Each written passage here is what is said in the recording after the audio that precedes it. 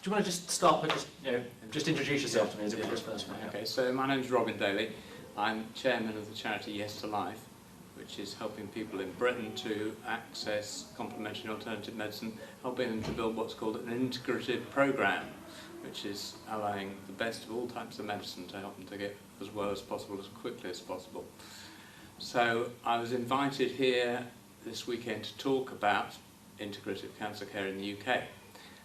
It's a funny subject for a talk because in a way we don't have it, but certainly our charity would like to see it here, and we're working towards that aim. Integrative cancer care is alive and well in some parts of the planet and is doing astonishing things that simply aren't possible in this country, not under one roof anyway. There are clinics, notably in Europe, which are treating people with a combination of orthodox techniques and complementary alternative medicine that are having extraordinary results. In my talk I talked about the situation in Britain. We have some great practitioners here. We've got some people doing some marvellous work, but you can't get all these things in one place, and so if you want to stay in the UK and do this kind of thing, you have to do it's a DIY job. You have to do what I described as mix and match. You've got to travel around the country to get the various parts of your programme from different experts in different places. This is not ideal, and what's particularly not ideal is that in general the orthodox practitioners, the people in the NHS, won't have a dialogue with the people who are doing the other treatments, and so that piece has to be managed from outside as best as can be. So it's not very integrative at this point, but we certainly need it here because, as everybody knows, cancer in Britain is in an appalling state. We spend 3 times as much money as Poland to get the same result. So in my mind, 2/3 of the money must be being wasted, and it's a very poor situation. And that's from the point of view of both people getting cancer and people dying from cancer. We're in the same state as Poland. So we definitely need some new initiatives in cancer care in Britain. We need to change those statistics. We need to create a much better situation for people who've got cancer.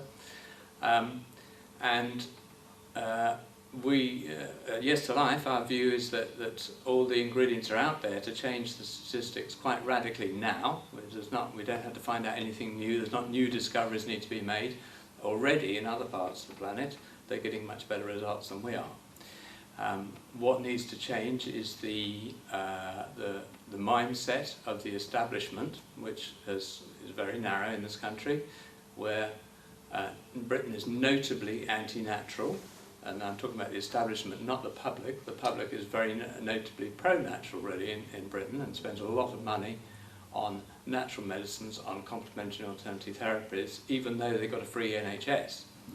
So what's needed is a change of heart on the part of what I will call the establishment, which is corporations, the government, and the NHS. So they, up to this point, the NHS I'm very pro the NHS. I think it's a great thing, but it does have its downsides, and probably the biggest downside is the fact that up to now it's worked in the way where we all have to give our money to pay for the NHS, and then it tells us what we can have, and that's it's not democratic medicine, really. So that's what needs to change, and there's been over, I think, 40 years, it was when it was first voiced that actually, well, maybe patients should have a bit of choice about their treatment. That was first mooted about 40 years ago. And we've had decades following that of, lots of people talking about patient-centred care, patient choice. These are the buzzwords in government. It's been, the NHS has been encouraged to, come on, you've got to do this, guys, you've got to do this. And endless numbers of posts created in the NHS of people who got jobs to do with patient-centred care and patient choice. Very little actually appeared. Over all these decades, there were real breakthroughs. You could choose to have your chemotherapy at this hospital or this one. Fantastic, patient choice. But now on the horizon at last, we have some genuine patient choice coming up next year. And this is the arrival of personal health budgets, something I'm very excited about. It's probably not going to be nearly enough people to get them to start with, but if anybody gets them, I mean, they've already been shown to work. Personal health budgets are where somebody with a chronic ongoing condition has a right to have a budget, and they're assigned a certain amount of money per year, and they suggest how it's going to be spent in order for them to manage their disease best. And they've trialled these already, and the trial said the more money you give people and the more choice you give them, the better they work. Now, it's not going to go down very well in some circles, this, but that's what's come out of it, and it's a government initiative, this, and they're pushing it through. It's going to happen, and so I'm actually really excited about it. So I think it's the biggest single thing that's come out of the change in the NHS since day one, basically, and so there's going to be enormous forces to stop that change from happening, because of course the forces that be like it the way it is, because it's all making lots of money and all working very nicely for the business of healthcare, it's not working nicely for the patients. So there will be a force to stop this happening, and it's up to us as patients to make sure that this choice gets pushed through, that we don't let it get stopped, that this is just the beginning. We need to get more choice into healthcare, and we need to make absolutely certain that this first glimmering of democracy in healthcare actually is a seed that we water and it grows and turns into a flood, and eventually people actually do get the care that they need. Fantastic. Just because you're there, you're sat in between kind of like the NHS and the establishment, as you call it. We've defined it. And then on the other hand, the naturopaths, the alternative medicines. Yeah.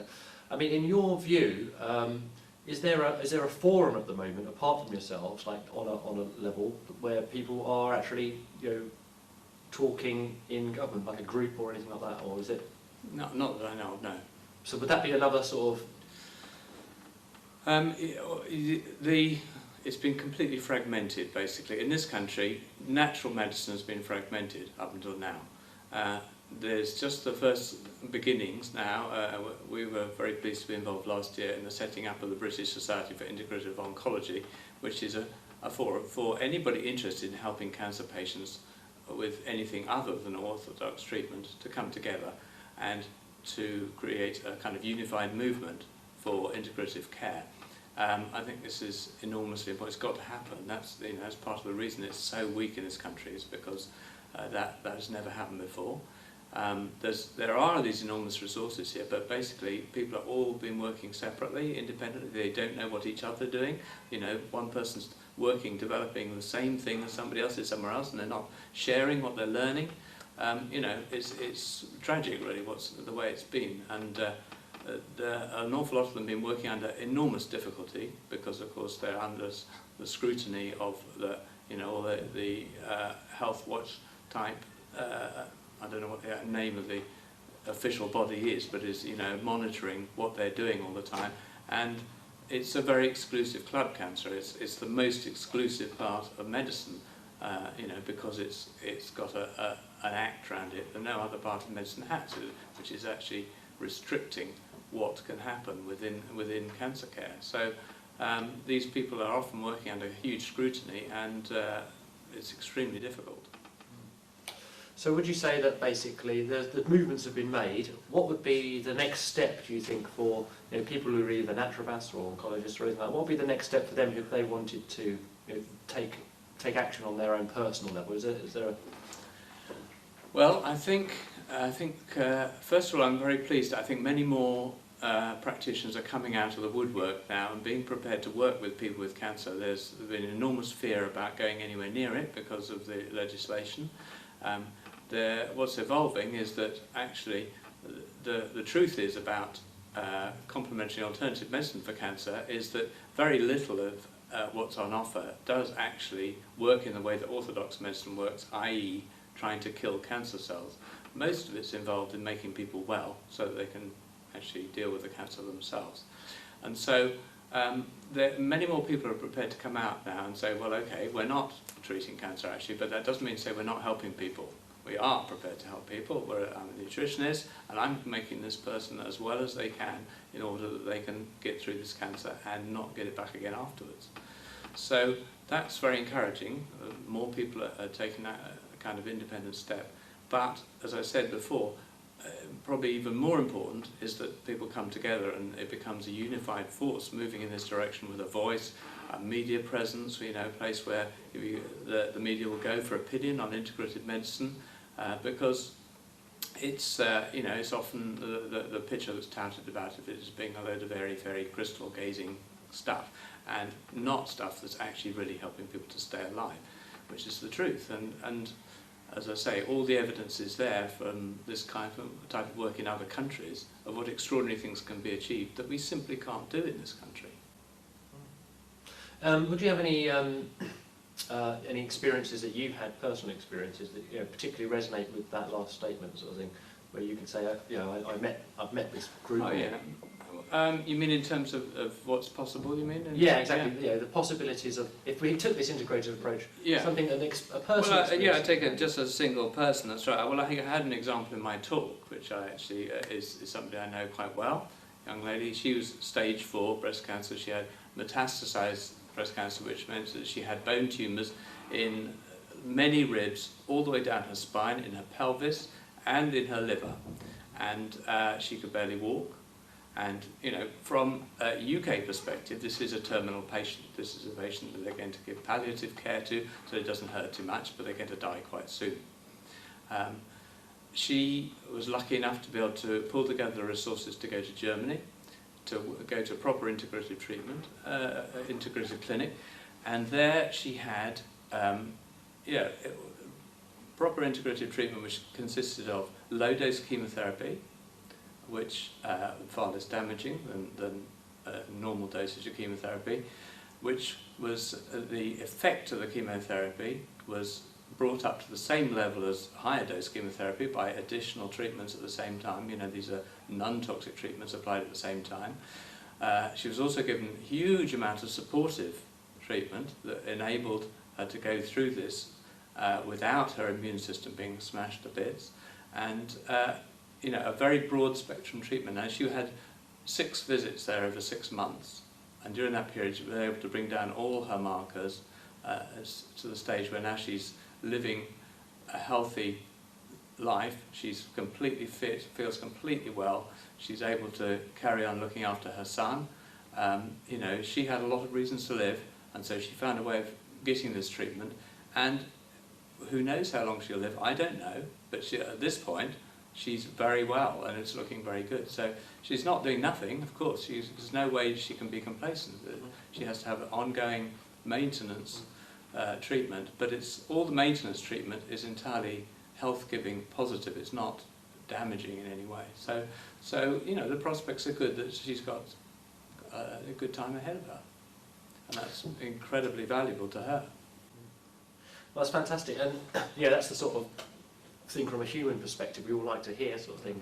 I mean, from the perspective of the establishment, obviously there's a financial perspective. We're all going through the financial crisis right now. Yeah. I just wondered, is there an argument for this approach financially? Absolutely.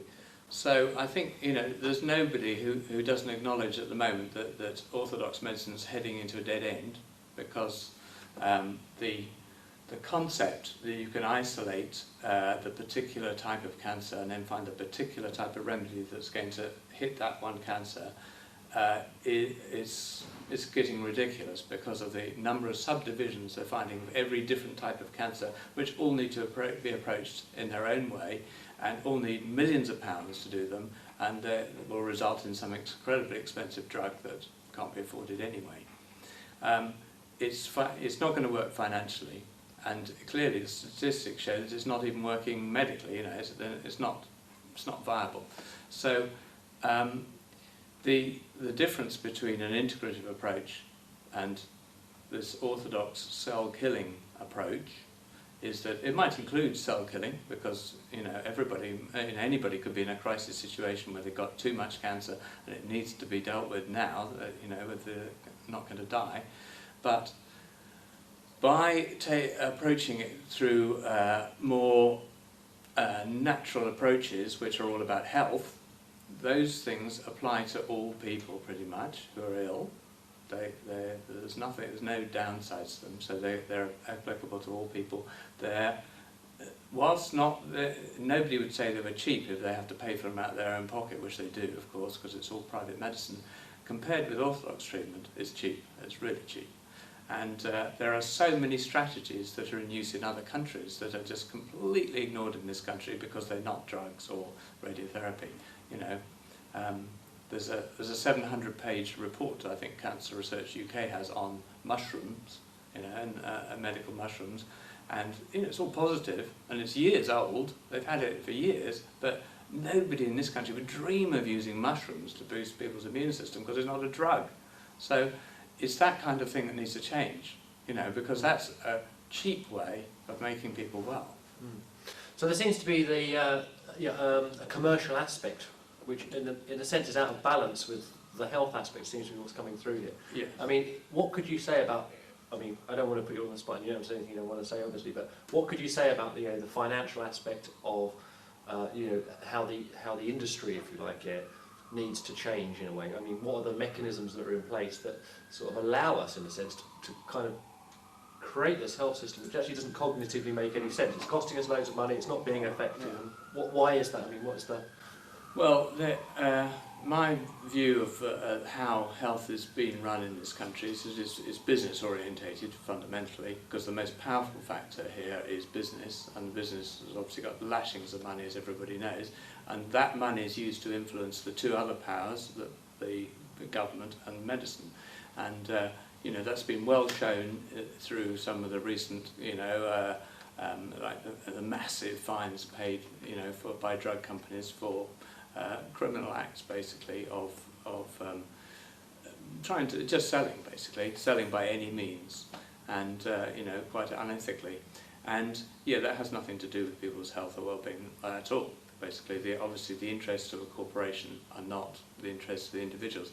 So collectively, those three have not managed to come up with a motivation that is fundamentally, it's not patient-centred, like they're all saying it should be in the NHS. It's not about patient-centred care. It's about one-size-fits-all care.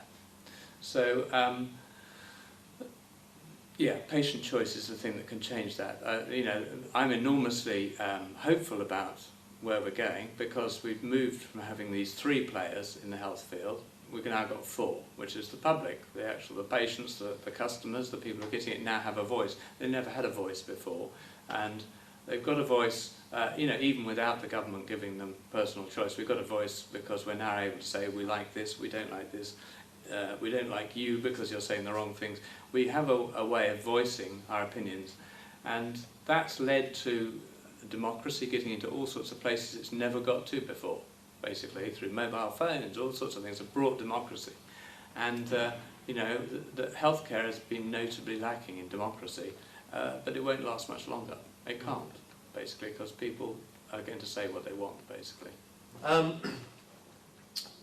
So basically, what I'm trying to also understand is that, you know, for me, I understand business. You know, you're trying to make a profit, okay. Mm-hmm.